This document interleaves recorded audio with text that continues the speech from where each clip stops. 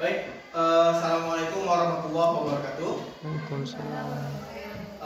Selamat pagi untuk ibu-ibu. Hari ini saya akan mempresentasikan apa yang telah saya pelajari di program Guru Belajar dari Kemdikbud, yaitu materi tentang AKM, Asesmen Kompetisi Minimum. Dan saat ini saya akan menjelaskan secara umum apa itu AKM dan perbedaannya, dan juga latar belakang tentang apa itu AKM.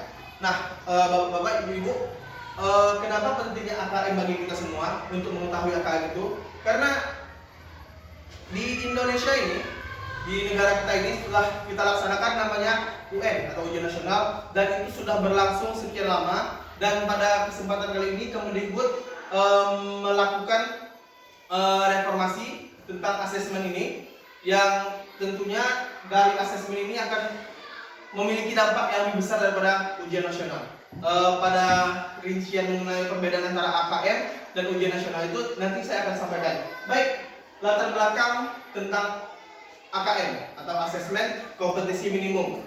Pada dasarnya AKM itu dilaksanakan karena rendahnya nilai dari PISA di Indonesia. Apa itu PISA? Program of International Students Assessment.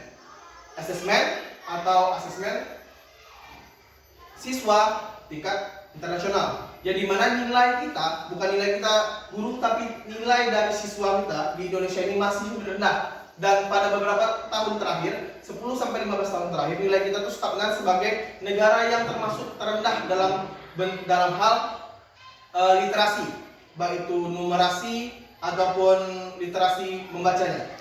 Nah, oleh sebab itu ada hal yang perlu dirubah dari sistem pendidikan kita. Yang UN kita laksanakan setiap tahunnya untuk kelas 3 akan dirubah. Kenapa? Karena pada dasarnya UN itu hanya mengukur capaian siswa. Tidak bisa menjadikan refleksi bagi sekolah untuk melaksanakan perubahan-perubahan yang dimana asesmen itulah yang digunakan nantinya untuk merubah sistem di sekolah. Dan pada dasarnya di kelas 3 UN itu dilaksanakan.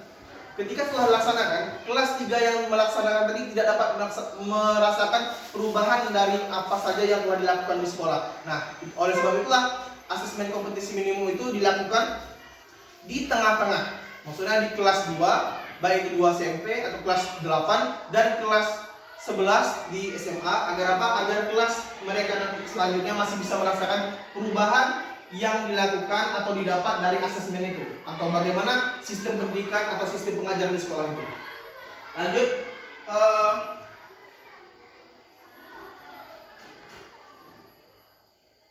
nah, dengan keterbatasan kita tidak punya listrik di sini, tidak punya infocus seperti sekolah-sekolah lain, tidak masalah.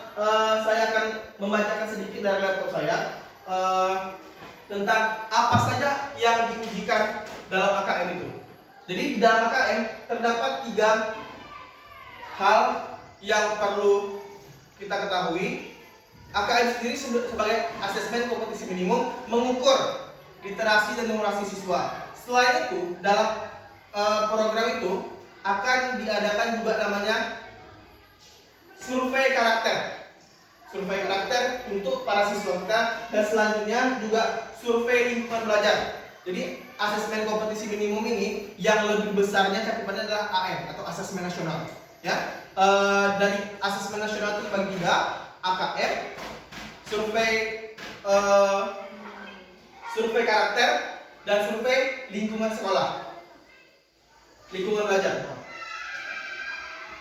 Nah, sebagaimana yang kita ketahui bahwa tujuan dari pembelajaran nasional ini kita mencakup 2, yaitu keterampilan belajar 2021, dan selanjutnya agar siswa itu menjadi siswa yang memiliki profil pelajar Pancasila.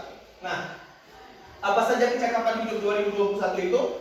Siswa itu cakap dalam belajar dan juga cakap dalam berinovasi. Itu pertama. Yang kedua, kecakapan menggunakan teknologi informasi. Bagi siswa-siswa kita ini diharapkan cakap dalam teknologi informasi, baik itu menggunakannya atau juga menerima informasi dalam teknologi dan informasi. Selanjutnya yang ketiga, kecakapan hidup untuk bekerja dan berkontribusi pada masyarakat. Jadi siswa kita ini juga diharapkan bekerjanya cakap dan memiliki kontribusi. Bukan hanya bekerja untuk diri sendiri, tapi bagaimana juga memiliki dampak yang baik kepada masyarakat di sekitarnya. Itu adalah kecakapan hidup abad 21 yang ditargetkan. Selanjutnya ada profil pelajar Pancasila yang mencakup beberapa aspek, yaitu beriman kepada Tuhan Yang Maha Esa, siswa juga mandiri, bernalar kritis, kreatif, bergotong royong, berbineka tunggal ika, dan berkebinekaan global. Selanjutnya, manfaat asesmen nasional. Asesmen nasional itu memiliki 3 manfaat, yaitu potret kualitas pembelajaran di sekolah atau daerah. Jadi dengan adanya asesmen itu, potret pembelajaran di sekolah kita bisa dilihat dari asesmen nasional tersebut. Selanjutnya ada umpan balik peningkatan kualitas. Seperti yang saya sampaikan tadi, apa yang telah kita laksanakan dalam asesmen nasional itu selanjutnya akan dijadikan umpan balik.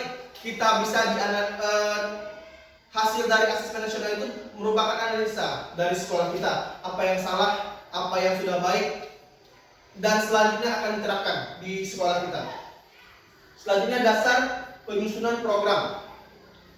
Sebagaimana kita ketahui bahwa asesmen itu juga merupakan hal yang dapat digunakan sebagai dasar penyusunan program di sekolah kita.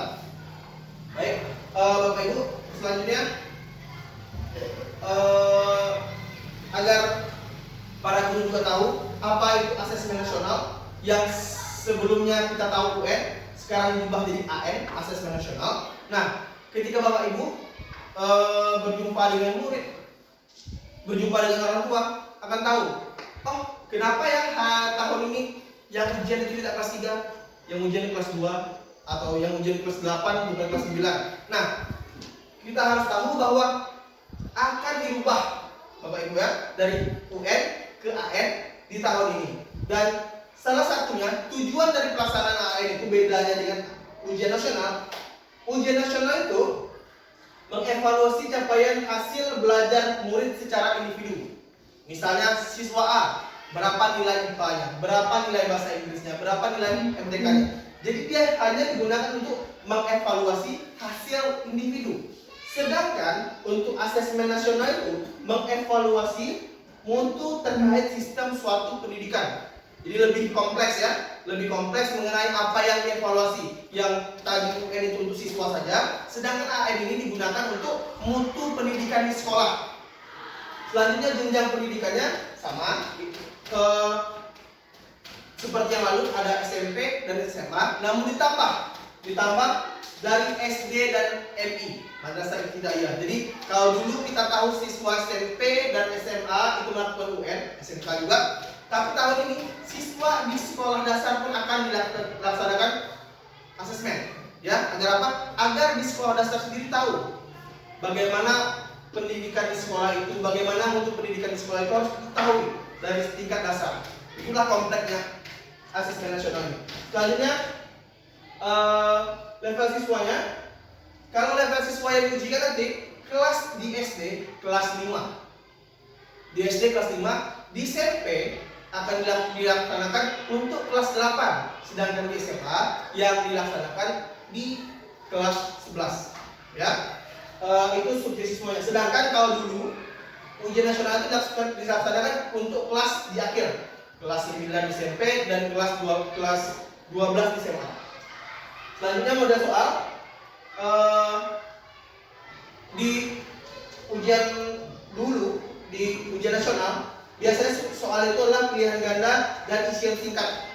Sedangkan di asesmen nasional itu ada pilihan ganda, menjodohkan isian singkat dan uraian.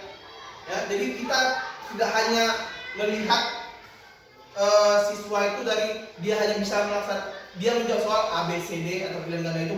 Sedangkan asesmen nasional nanti siswa juga harus bisa menguraikan, menjawab pertanyaan dengan uraian. Nah, begitulah kompleksnya ujian asesmen nasional nantinya. Selanjutnya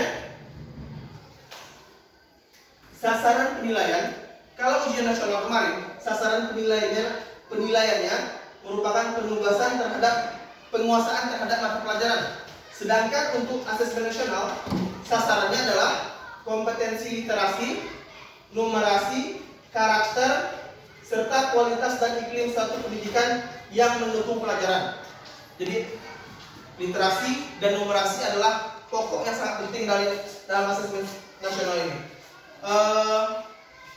Metode penilaian dari ini, kalau UN kemarin kita melaksanakan namanya computer based test atau CBT. Sedangkan untuk AE nanti asesmen nasional kita melaksanakan computerized multi stage adaptive testing. Maksudnya apa? Kalau dulu ujian nasional itu pakai komputer juga, tapi masih bisa kita laksanakan yang offline. Sedangkan nanti di ujian asesmen nasional nanti yang kita laksanakan adalah semuanya full online. Ya, itu tadi perbedaan antara ujian nasional dan asesmen nasional. Selanjutnya beberapa poin penting juga yang saya perlu sampaikan. Bentuk soal tadi sudah saya jelaskan juga. Nah, demikian mungkin penjelasan saya mengenai asesmen nasional tersebut yang kiranya tahun ini akan diterapkan di SMP, dan bagi ibu-ibu juga sangat penting untuk mengetahuinya. Agar apa? Agar ibu juga mengetahui secara mendalam tentang asesmen nasional. Jadi saya harapkan dengan adanya program guru belajar ini, Bapak Ibu juga bisa melaksanakan pembelajaran yang sama dan mengakses hal yang sama, yaitu guru belajar. Dengan secara langsung saya mengundang Bapak Ibu untuk melaksanakan yang namanya pembelajaran di guru belajar, karena dengan pandemi seperti ini dan juga kemampuan daerah kita untuk melaksanakan program-program belajar guru, kalau mungkin dulu ada pelatihan-pelatihan yang sekarang sudah payah dilaksanakan. Kenapa? Karena tidak bisa mengumpulkan orang-orang, juga tidak bisa langsung tatap muka. Program guru belajar ini sangat penting dan sangat bagus bagi kita para guru untuk mengumpulkan sertifikat juga tentunya, dan tentu saja ilmunya. Yang materi yang dilaksanakan adalah materi-materi yang update dan merupakan hal yang wajib diketahui oleh para guru di saat ini.